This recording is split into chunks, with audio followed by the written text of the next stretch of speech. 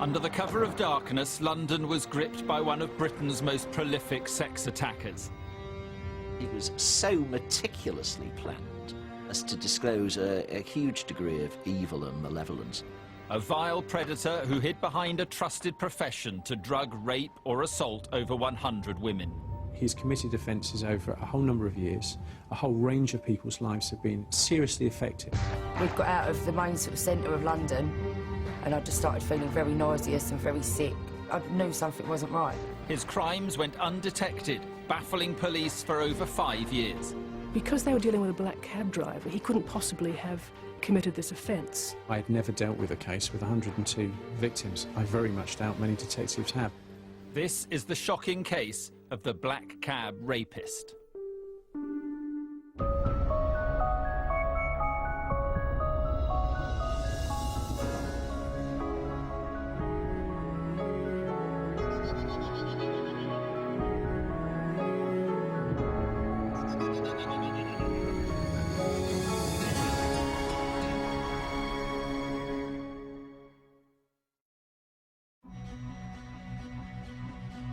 2002 marked the beginning of a series of sinister attacks on the streets of London.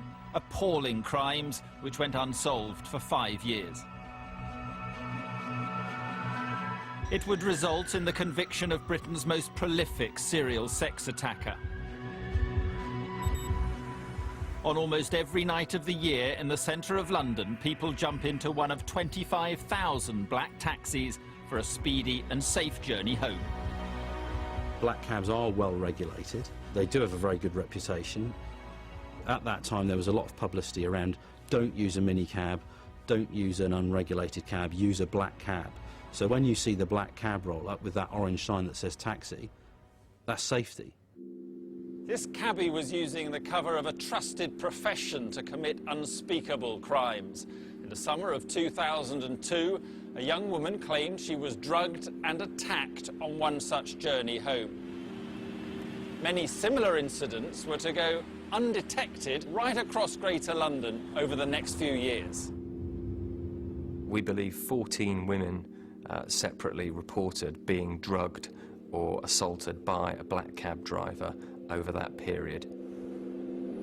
The overwhelming percentage of the women were picked up in central London. You're looking at Westminster, you're looking at Soho, some around train stations just to the South London Bridge and that kind of area. Disturbingly, none of these victims could remember their journey. What happened to them was a complete mystery. They had very good memories of everything that had happened in the course of that evening, prior to getting into the cab and in the cab, up to the point at which the drug started to take hold.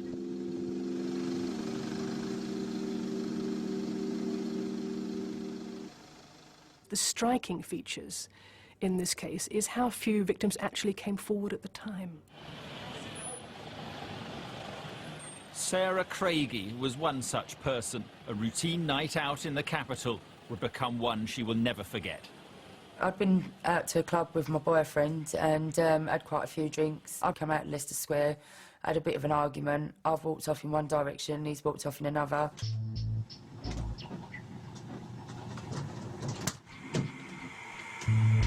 Went to the first taxi and asked him how much it would be to get a cab back to Dagenham.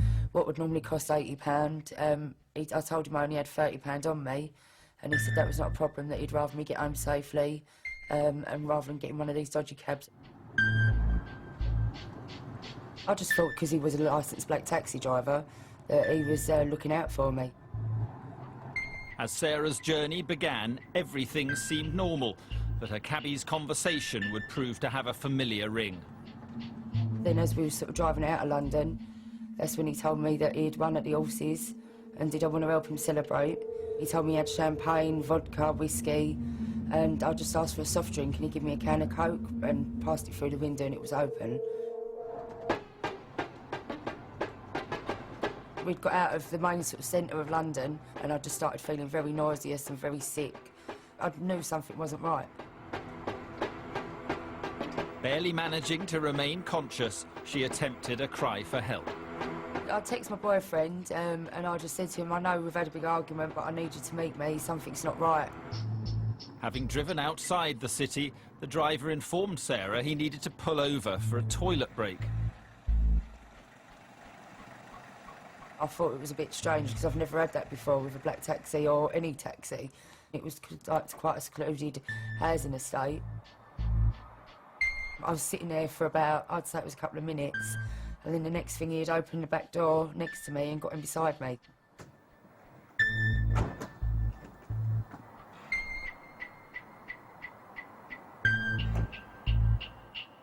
He just showed me the bag of money and showed me what he'd won and just said, like, you're going to help me celebrate, and sort of just sat next to me with a glass of champagne. It wasn't until he sort of sat in the back of the car and showed me his money, this is when my alarm bell started ringing. And I swore at him and said, it's not effing right. That's when he snapped and said, don't get out your pram, I only want to celebrate with you, I'll take you home. And sort of huffing and puffing, and got out of the car and got into the front of the car to drive me back. In silence, the cabbie drove her back towards her home in Dagenham.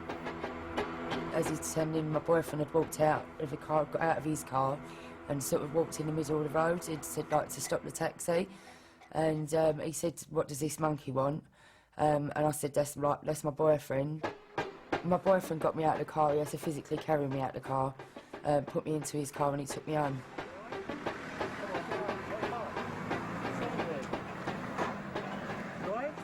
I woke up the following morning and I felt so ill. I felt like all disorientated, as I say, very sick, and that's when I phoned my parents and told my parents what had happened.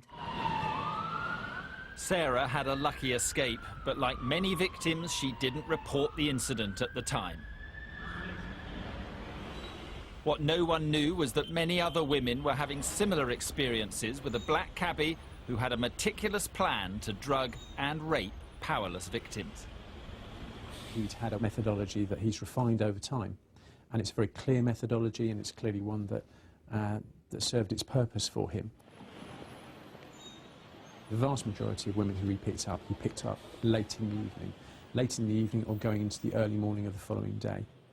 He would always come up with a similar sort of patter about, you're my last call of the night, I live very close to where you live, I'm going your way anyway, if you want me to give you a lift it's not a problem, and often offering reduced fare or sometimes no fare.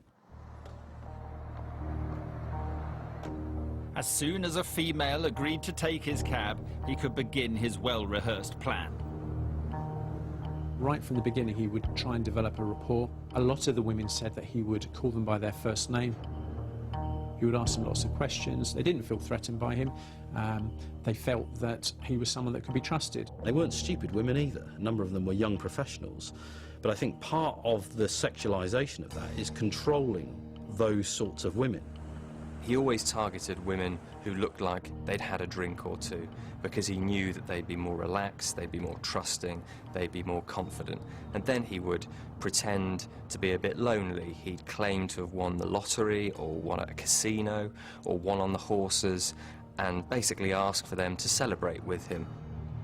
His cover story was so well thought out, he even showed off his fake winnings. He would show them a bag full of cash, full of 5s and 10s and £20 notes.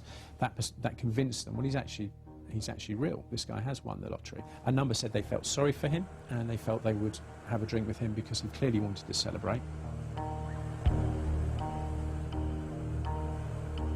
The drinks contained enough drugs to knock them out for at least 2 hours. In the front of his taxi, he kept his toolkits, his bottles and his cups, and what he would do, he would ask the ladies if they would like a drink, and he would have a selection of drinks available for them.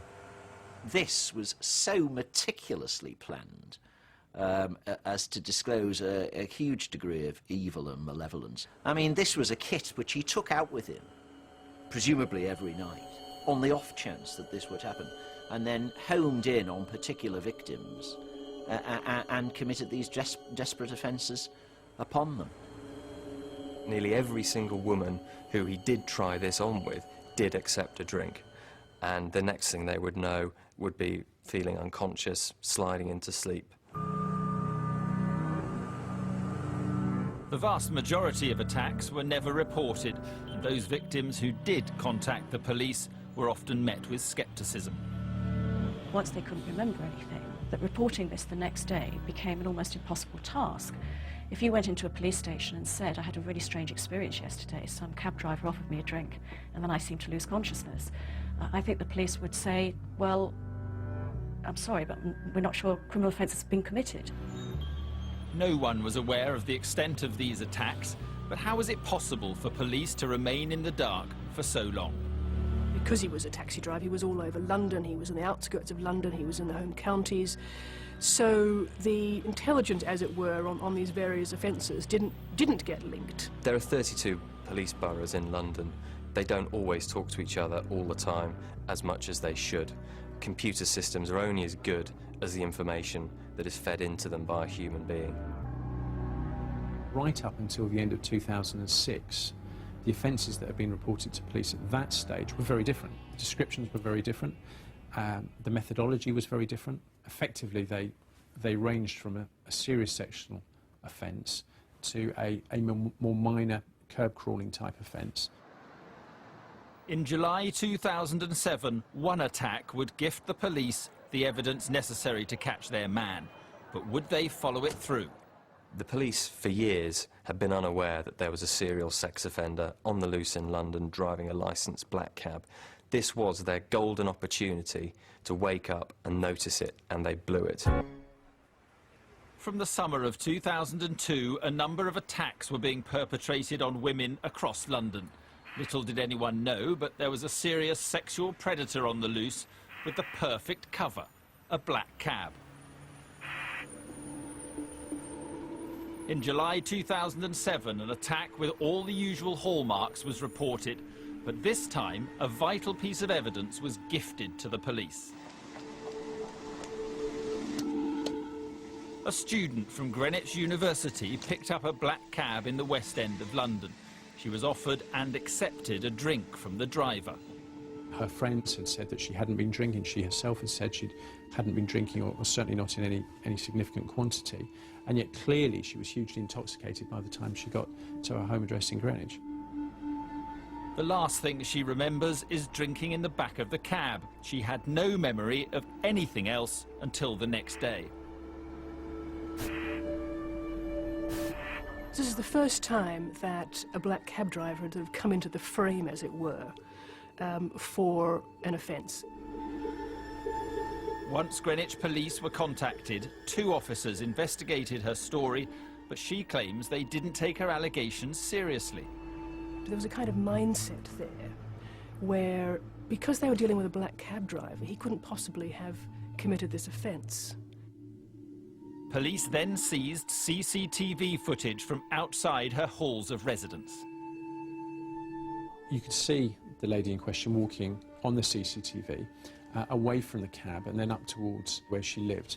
And she was clearly unsteady on her feet, and clearly something had happened to her.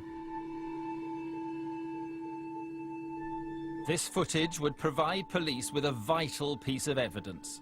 From the licence plate of the taxi, they finally identified a suspect. A cabbie with no previous convictions, 50-year-old John Warboys. They had the chance to kick in John Warboys' door and search his house and catch him without warning. Instead, they knocked on the door, got no reply, and walked away. As a result, John Warboys turned up 24 hours later at a police station, forewarned and forearmed with a solicitor. But this wasn't the only failing. Police were to make a catalogue of errors. The officers considered carrying out a search of his taxi and his home, and they decided against it. And they thought, well, if he had anything, he would have got rid of it by now. When Warboys was identified and he was interviewed, he wasn't challenged about it, and he was never re-interviewed after the victim had made a statement. So there were all of these discrepancies that might have been put to him and actually weren't. The officers never got to grips with the toxicology results, which showed an unexplained sedative in his victim's bloodstream. What you sense is there was a golden opportunity to have caught this sexual predator much, much sooner than they did. police had totally failed to seize their golden opportunity, and war boys slipped through